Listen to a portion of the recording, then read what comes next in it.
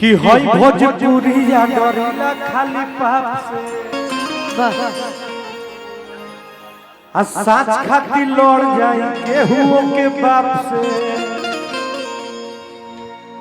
तो पीछे हटब ना केतनो झमेल होई कि आज जेल होई काल बेल होई जय श्री राम होवा जेल होई कल बेल होई परसों से रूहे परसों से रूहे खेल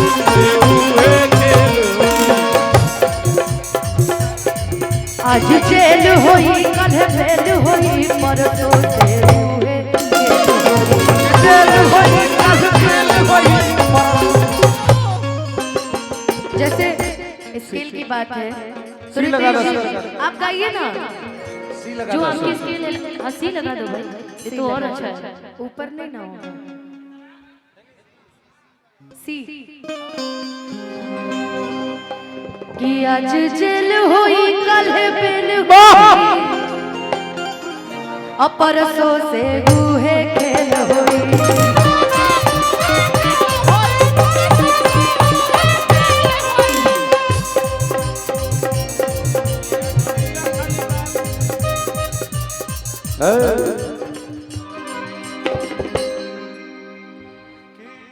तो जानी घाव राजा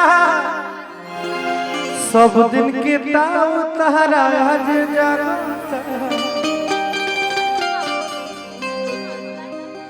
कि पाका हो लाली त अपना जुबान के दे दे ला जान बातें आवे दे पे पाका हो लाली त अपना जुबान के दे दे ला जान बातें आवे दे पे कि करेला न सहेला माटी के रापहमान के। अनुपमा जी एगो भैया आइल आ कहल हमरा से कि हऊ बड़का भैया बहुत पियत तनी उनका खातिर कुछ कह दी तो उनका खातिर कहे के बा कि दारू पी के राजा रोज आवे राती के हरे दारू पी के राजा रोज जावे राती के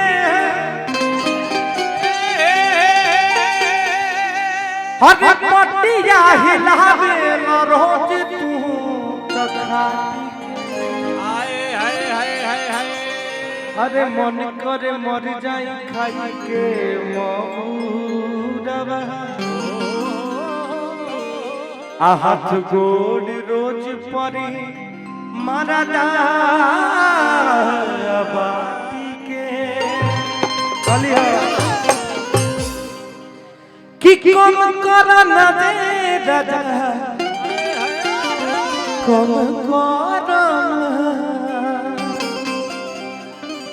हद कम कर न दे राजा कम कर न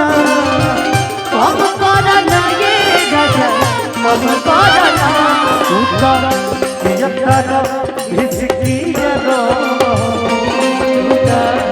यत्ता भिसकिया रो कम करना यत्ता भिसकिया रो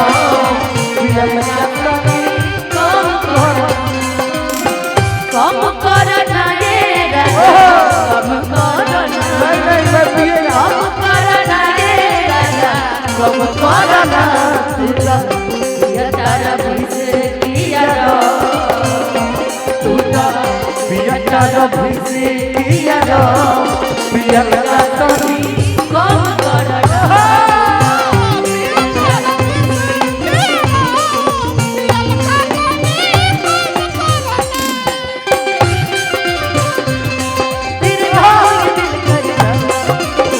हमें ना भुलाना हमें ना भुलाना दूर नहीं जाना दूर नहीं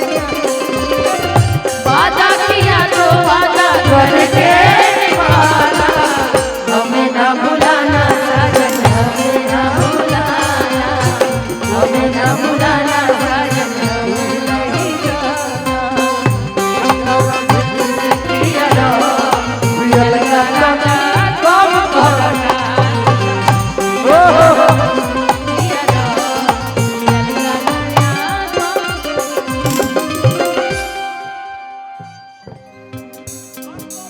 अनुपमा जी हाँ जी कहे के बाद नान्हे के प्यार भऊ नान्हे चिराई,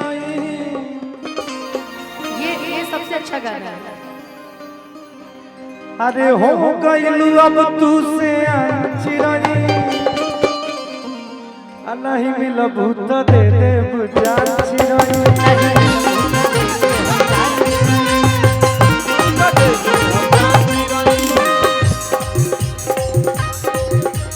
नान्हे के प्यार हो नान्हे चिराई, हो गइलू अब तू से चिराई, नान्हे के प्यार हो नान्हे चिराई, हो गइलू अब तू से चिराई, नहीं मिलबू तो दे दे बुझान चिराई।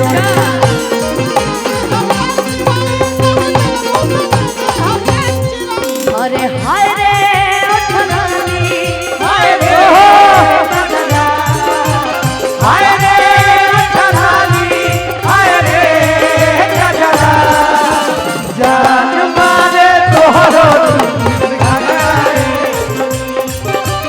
पहिलो रवई बुआ घाघराए, हाय रे।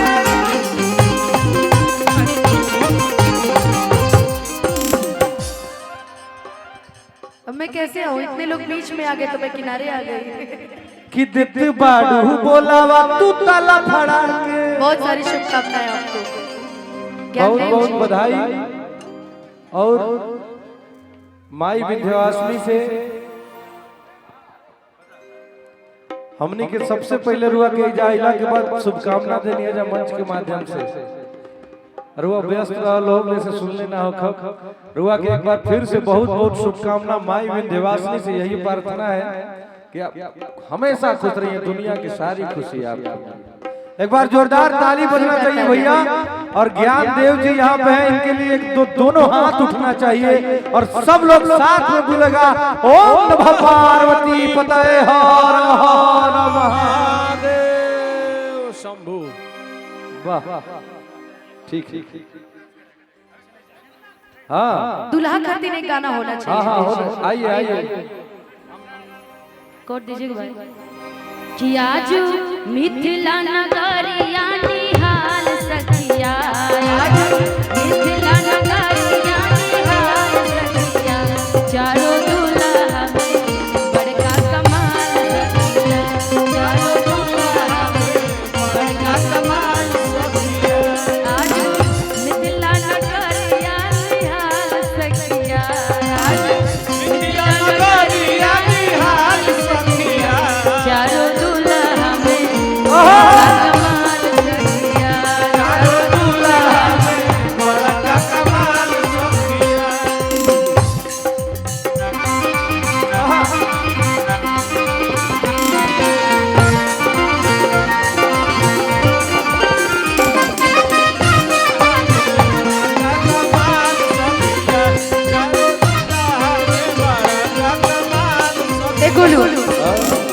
दुल्हा खातिर रहो। आ दुल्हा इतना नु शर्मिला होवे कि जैसे गाना शुरू भइल दुल्हा चल जाने। अरे वाह दुल्हन खातिर कह दे। दुल्हन खातिर देखिए जैसे बात का बके जाए माहौल अलग हो गइल बा। हमने के बियाह के गीत पहले शुरू में ही गा देले बानी, तो दो चार गो गाना ऐसा बा जोन की लोग चाहता कि रितेश जी के मुंह से सुने, तो हम चाहब कि रितेश जी गाएं। आज के कोरस हम लोग हैं आपके, हम लोग साथ में गाएंगे।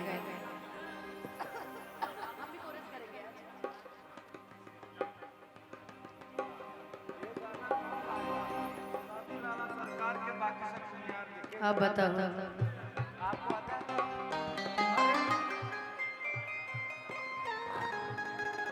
ऊपर पड़ दीजिए ना गोटा मसाले नीचे छोड़ दीजिए। ये मसालों वालों की तरफ से फरमाइश है ये। हाँ गोटा मसाले की तरफ से फरमाइश निशा दीदी पूरा करेंगे।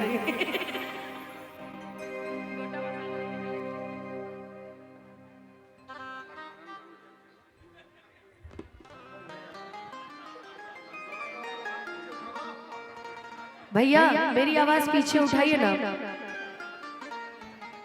तुम्हारी तो आवाज मेरे से भी ज्यादा खराब आ रही है।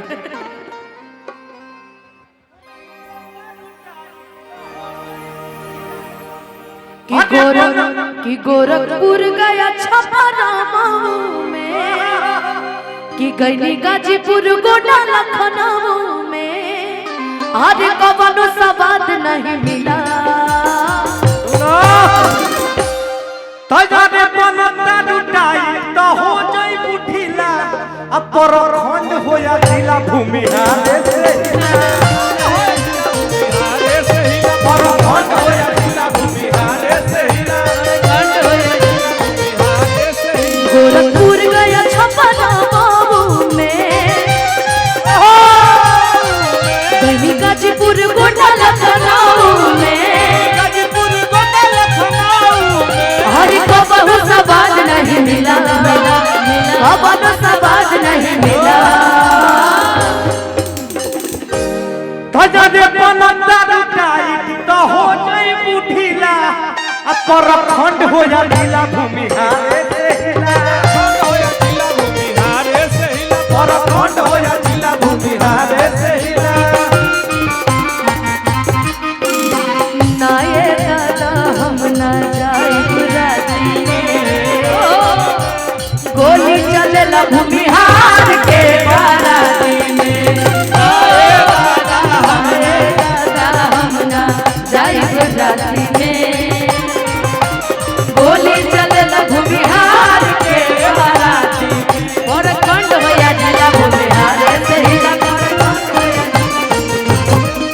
और का नया नोट तहरा पास बाबे का, कुछ करो तो चुकास बाबे का।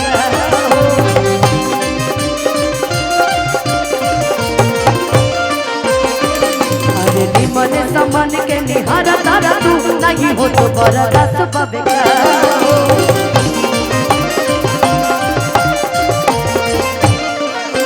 हेलो जिगर बसेर के न छोड़ब रंगदारी में, आदत बा तोहरे नियन काचवा कुवारी के, अढेर बना जानी तू बाबू रंगीला।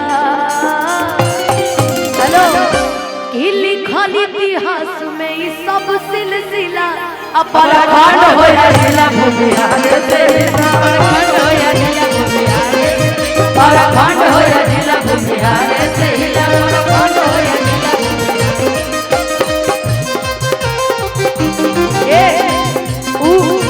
वाला बजा दा। करिया करिया रसगुल्ला रसदार राजा जी, करिया रसगुल्ला रसदार, करिया करिया रसगुल्ला रसदार राजा जी।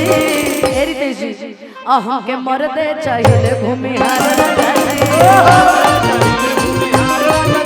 के मर्दे चाहिए भूमिहार राजा जी। करिया करिया रसगुल्ला रसदार राजा जी, करिया करिया रसगुल्ला रसदार राजा। मुझे देखिए मैं भूमिहार के लोगों के लिए बहुत गाना गाएंगे, तुकबंदी बड़ा अच्छा जोड़ी है कि हमके मर्दे चाहिए भूमिहार, हमके मर्दे चाहिए भूमिहार।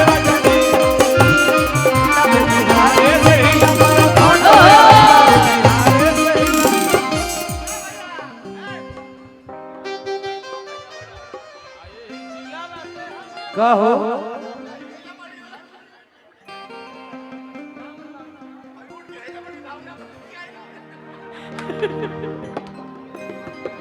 लेकिन हम लोगों ने फरमाइश पूरी की। रितेश जी हम लोगों ने फरमाइश कंप्लीट की। हाई कुर्ता पहिराला से हीरो न कहई बाए बबुआ, कुर्ता पहिराला से हीरो न कहई बाए बबुआ। अरे ये बबुआ तू त लफुए कहई बाए बबुआ, तू त लफुए कहई बाए बबुआ, तू त लफुए कहई बाए। कुर्ता पहिराला से हीरो न कहई बाए बबुआ, कुर्ता जब भैया ने इतना बढ़िया आशीर्वाद दे ही दिया है तो कहे ना उनको लफुआ कहा जाए। उनके लिए गाएंगे कि नमरी पनमरी लुटाई लगा जब कोई हला ए भैया, नमरी पनमरी लुटाई लगा जब कोई हला ए भैया, गजब कई हला ए भैया, गजब कई हला ए भैया, सगही में ठुमका लगई लगा जब कोई हला ए भैया, सगही में ठुमका लगई लगा जब कोई हला और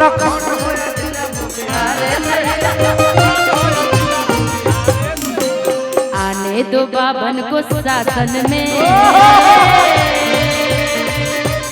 आने दो बाबन को शासन में, राइफल बंटवाएंगे राशन में, आने दो बाबन को शासन में, राइफल बंटवाएंगे राशन में, राइफल बंटवाएंगे राशन में, एक ही बीट रहेगा। ये जो लाइन अभी इन्होंने गाया है इसको कहा जाता है कि मैन मौके पे तीर मारना। एक और यही में सुनिए सुनिए इसी में आ जाएगा एगो और सुन लीजिए कि अरे पांडे जी का बेटा हूँ, पांडे जी का बेटा हूँ, पांडे जी का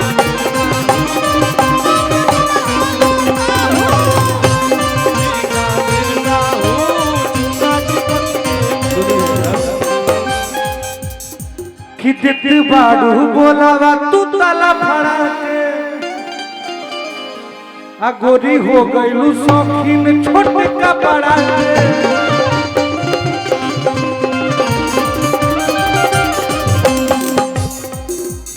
आज जब रील के जमाना बा कि लाखों लोग के इंस्टा पर जरावा तारू दिल हो भतार भेज के बाहर का करतारू, अरे भतार भेज के बाहर बनावा तारू रील हो,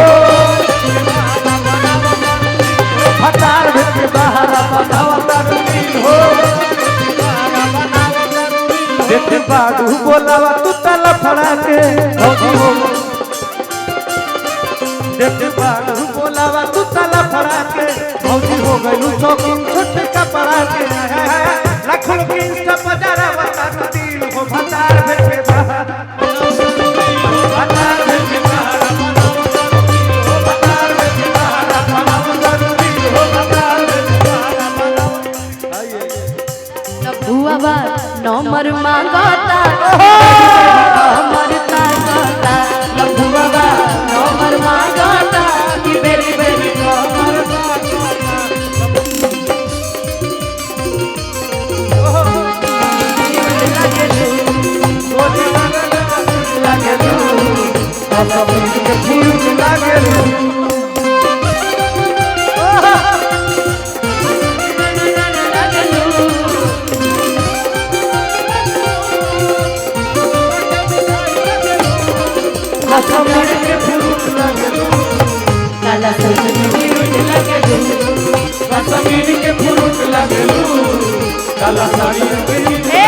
भैया बहुत देर से आपको इशारा कर रहे हैं, फिर से वही गा दीजिए। अरे परखंड हो या जिला भूमि हो जाए बुढ़िला परखंड हो या जिला भूमि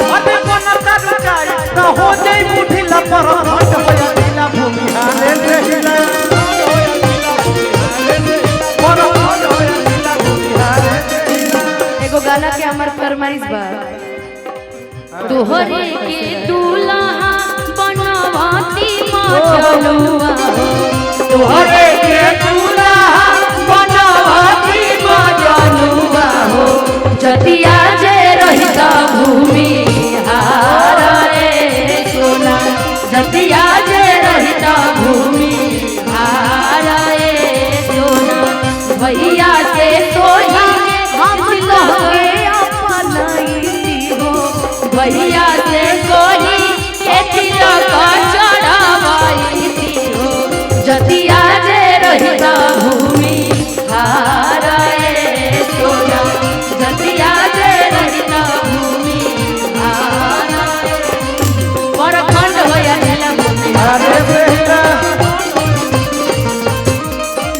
अच्छा ई का कर लिया कि तोहरे के दुल्हा बनैती मजनुआ मजनुआ हो जतिया जे रहता भूमिहार हो। वही पर हम कहतनी कि आजकल के लाई किन के फेरा में जन पड़ी हो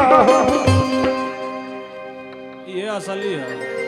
अरे आजकल के लाई किन के फेरा में जन पड़ी हो आजकल के लड़की धोखे बाजाए भाई आजकल के लड़की धोखे बाजाए भाई आजकल के लड़की के फेरा में जन पड़ी हो आजकल के हो गइल बा का करी अगला जन्म में पक्का पक्का माई बाबूजी के कहलाते करा।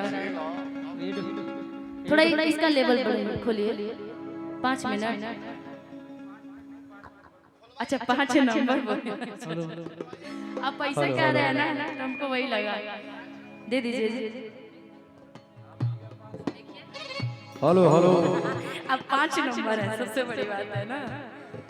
और पत्नी के भाव अपने पति के प्रति है क्या? पत्नी कहती है क्या कहती है कि हम तो नैहरे रहत रहिए सी में।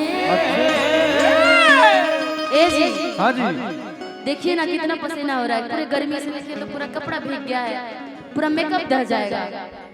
इतना महंगा महंगा मेकअप लगाते हो मेकअप कल जरूरी रहा का करे ब्यूटी ब्लेंडर ना सुन ये सुंदरता पर ही ना जेल हो जी कैसे कैसे हो जाए।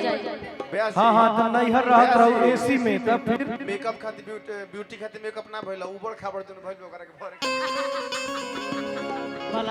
ना तो आजकल लड़की से ज्यादा तो मेकअप लड़का लोग करत है एकर मतलब कि लड़का लोग के ज्यादा उबड़ खाबड़ बा। जना बड़ा मने कहाँ लइका लोग कौन है तू मेकअप करना ऊपर खाली नहा के चलाई नहीं जा हम ना दरुआ मंजुआ पर शूटिंग में पर तो रुआ लोग के हो खेला हम देख ले बानी। वो इनकी गलती नहीं है वो देखिए गलत मत बोले लड़की से मेकअप नहीं करिए। आजकल लड़की का बाल छोटा छोटा हो रहा है लड़कों का बाल भाई इतना बड़ा बड़ा और रील्स पर आधा लड़कियों से ज्यादा तो लड़के पता ही नहीं चल रहा कि कौन है। काहे होते ऐसे होता नु कि लड़की प्रधान देश बनत आप धीरे धीरे हाय देखी है लइका के तो बारे नहीं खे कपार देखे कि बाल नहीं खे बार नहीं खेमना पहुंच तो के कर बाल नहीं खे बेचारी पत्नी इनसे बहुत प्यार करती होगी इसलिए इनका बाल नहीं है। पत्नी उ तो सुनी रुआ से का कहता है संजोगे में नहीं खे। कि हम त नैहरे रहत रहिए सी में। ए राजा जी रुआ से के शिकायत बा बस हमरा बताई बताई कि हम त नैहरे रहत रहिए सी में। हां ए सी में इहां देह जरे जाता हम सी में।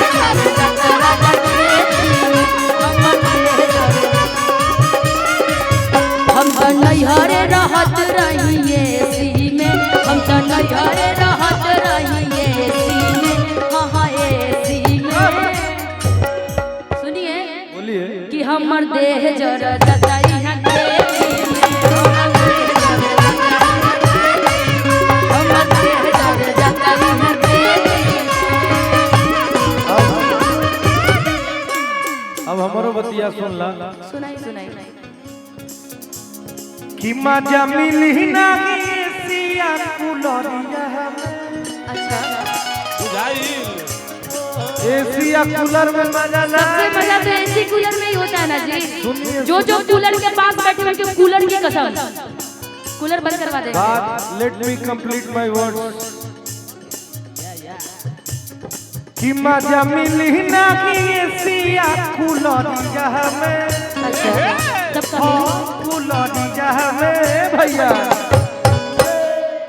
अगर बात पसंद आई हां तो ताली बाजे के चाहिए हक बनता कि मजा मिली ना एसिया कूलरिया में हाँ कूलरिया में ए रानी जमन मजा पूर्वी में आरिया रानी जमन मजा पूर्वी में आरिया मजा मिली नहीं एसिया कूलरिया में हाँ कूलरिया में रानी जमन मजा पूर्वी में आरिया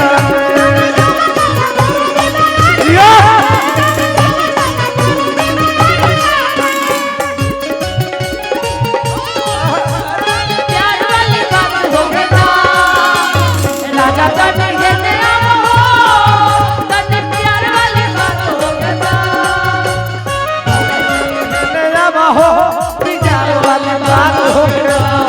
गोजिंदा है देवा हो पिया नाथ हो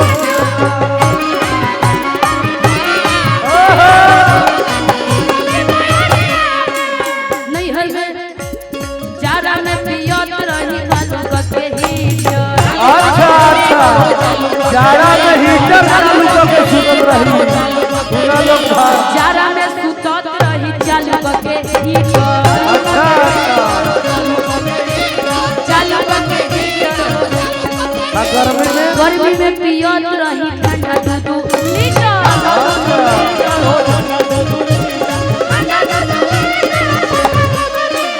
गर्मी में पियत रही ठंडा दूध लीटर। हरे दूध लीटर ठंडा मिलता और इतना मोटा ताजा शरीर ऐसे नहीं है। कैसे है भैया घर के खाए पिए घर से हुए। जी जी जी रोज हमारे घर में काजू किशमिश हुआ रहता तो सोच लीजिए आपके घर में जब चाहे हमको लग रहा है दुबले पतले हो जाएंगे। रहे कजुआ बादाम भइल पेटी में हाँ पेटी में हाँ पेटी में। ए रैया सौतीन की तरफ तो देखिएगा भी नहीं तो भाई मैं बहुत जल्दी एफआईआर करती हूँ तुम पे भी करूँगी सोच लेना साइड रहना। हमनी के केसीए खा जानी जाए साली में आधा होता है सिस्टम इसीलिए तो इन्होंने गाया है ना जेल हुई कल बेल हुई कि रहे कजुआ बादाम भइल पेटी में हाँ पेटी में इहाँ देह जर जाता राजा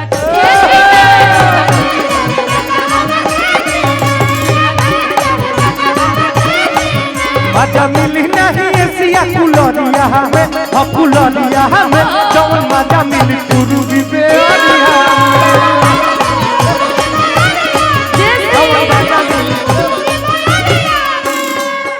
आहो करमी के दिनवा आहो करमी के दिनवा आहो करमी के दिनवा आहो करमी के दिनवा टपटा पाचुआ दावा आहो करमी के दिनवा टपटा पाचुआ दावा सेवा आहो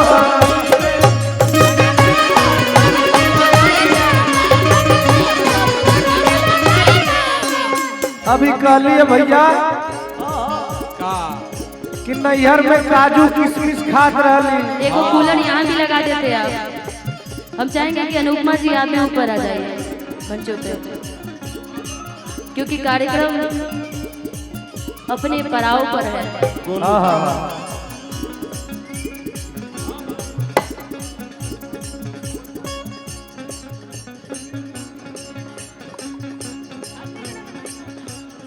एक मैग दे दीजिएगा।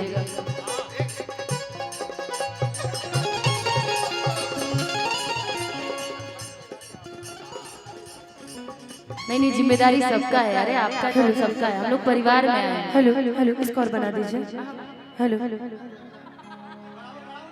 गलती आप बोल रहे हैं हमारे छोटे भाई हैं तो ये भी बोल रही हैं हम बार भैया हेलो हेलो ठीक है छोट वाह